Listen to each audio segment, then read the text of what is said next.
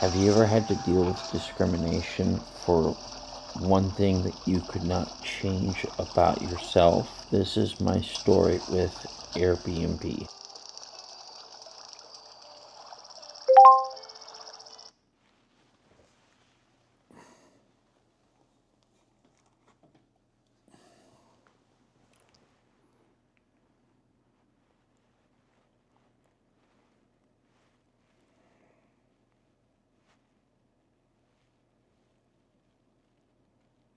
Hey everybody, Blind Man Travels here.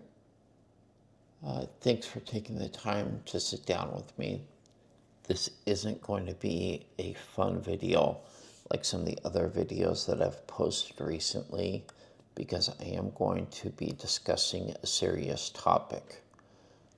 This actually happened a little bit over a month ago.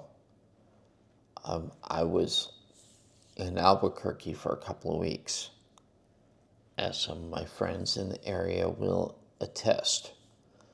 And I was looking forward to being able to participate or attend in the annual balloon fiesta, which is the event of the calendar year for Albuquerque.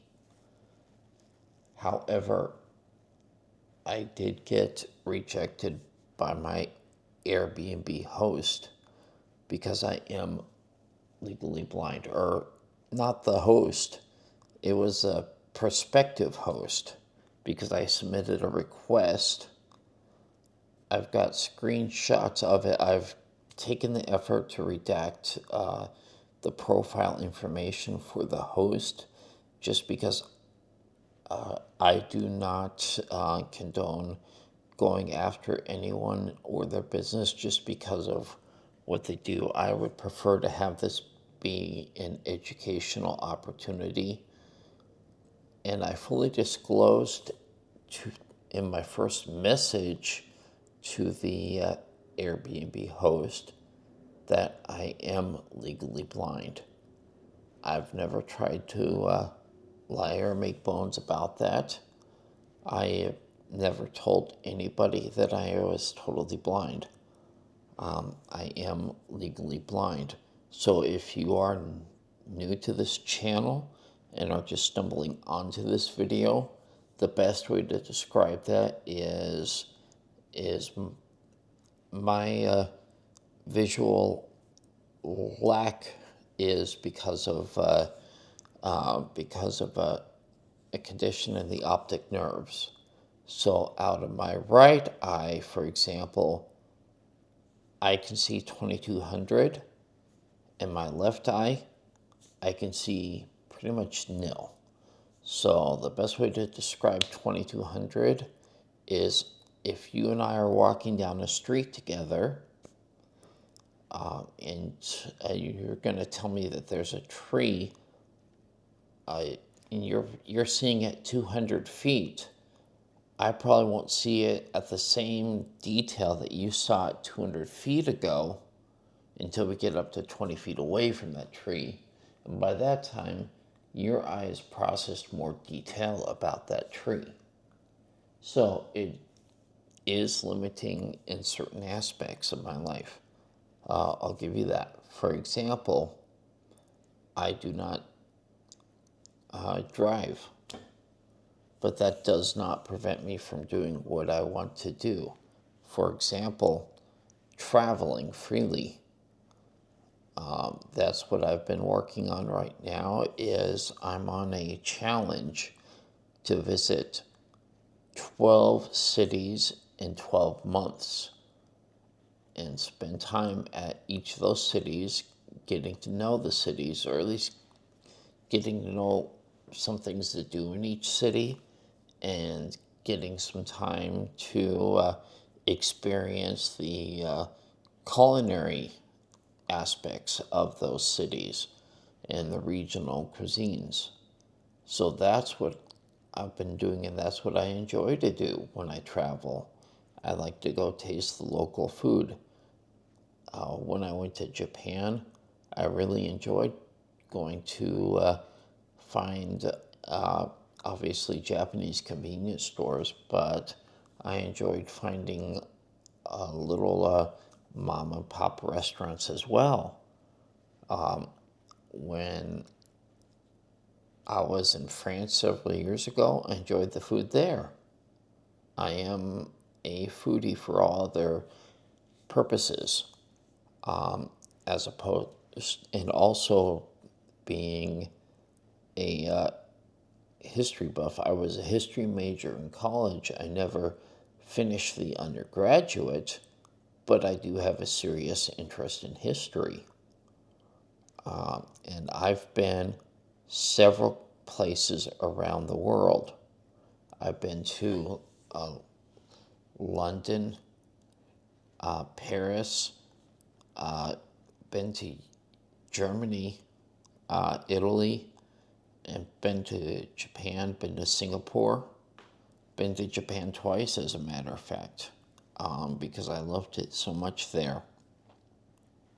It's probably one of my favorite countries to travel in because of how accessible everything is there, especially if you don't have a motor vehicle, or need a motor vehicle because of what the public transit is like there compared to the United States. So, so how would you post, or how would you address this if you got discriminated by an Airbnb host that did not necessarily know you or know your personal situation? Now, I did I did fully disclose, like I said, that I was legally blind. I did not feel like I was required to disclose any other information other than that, because beyond that, a little bit of that information is confidential to myself and my physician. So I didn't want to go into my full medical history or anything like that. But the place did so happen to have a flight of stairs, which isn't an issue for me because I can go up and down stairs. I did it a lot. In fact, the current place I'm in right now is up on the third floor. So it's a no sweat kind of situation for me.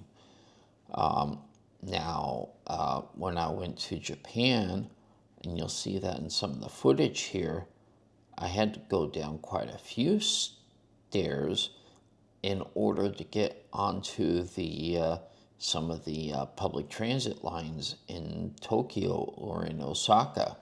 So, again, that's not something I'm afraid of doing. I welcome that warmly. Now, I understand that I am not confined to a wheelchair. That's a totally different matter. I know that wheelchair users have to be extra careful sometimes when booking accommodations just because of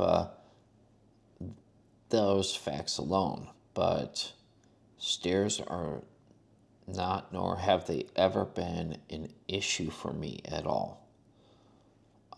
So it's disappointing, but this is real life. So shit happens, you know, speaking brutally frankly here. I'm not gonna sugarcoat it. It's just a part of my life.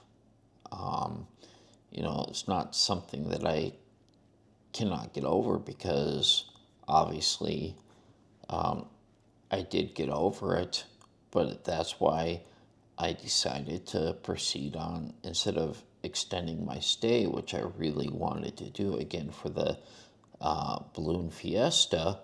I decided to proceed on to my next city, which is where I am right now, which is Houston, and I'll be in Houston for 6 weeks to make up for the time that I missed in Albuquerque.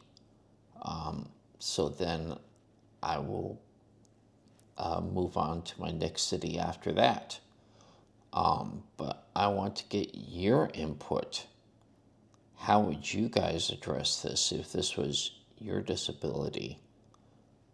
Because what I'm doing right now is I don't want to be turned down by an ignorant host who does not know anything about blindness or disability in general. So what I've done so far is I've chosen self-check-in locations, and I've decided not to disclose. But that could potentially come back to bite me in the butt. So what do you do? What are your recommendations for this type of situation? Again, life is not pretty, nor is it always easy, but we always find a way to overcome and surmount our obstacles. So that's just a fact of life, I guess. So again, I welcome your comments or your recommendations or what you would say. I may not always agree with everything you post, but don't hesitate to post in the comments section of this video, and we will continue from there, because I am still continuing the travel, and I've still been using Airbnb, at least for the time being now. In all fairness, and this is the part where Airbnb, they did make sure to refund all my money for that particular reservation. So that's good on them, on the company. However, so I'm not going to say anything about the host other than that. But it is this host's ignorance or lack of knowledge in regards to this particular situation. So again, I'm going to share my screen captures about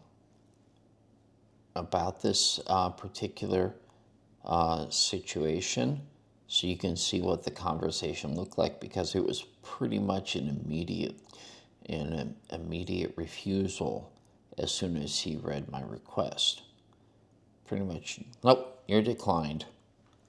So that is very disappointing. And I've been a good Airbnb guest. I try to make sure that the accommodations that I'm staying in are clean. I try to follow all the rules. I might be up late, but my work that I do at night is very quiet, so most of the time I'm looking at a computer screen and interacting remotely with other people. So again, how would you address this? How would you handle this if you were in my shoes? And we'll just put it like that. If you like this video and you like the content that I'm trying to produce on a regular basis, go ahead and hit the subscribe button, and also make sure to press the bell button for notifications. More travels coming soon. To see the video where I toured Space Center Houston, click right there. To see the video where I found a restaurant owned by a blind chef, click right there. Again, I'm not sure where it's going to be because I am blind.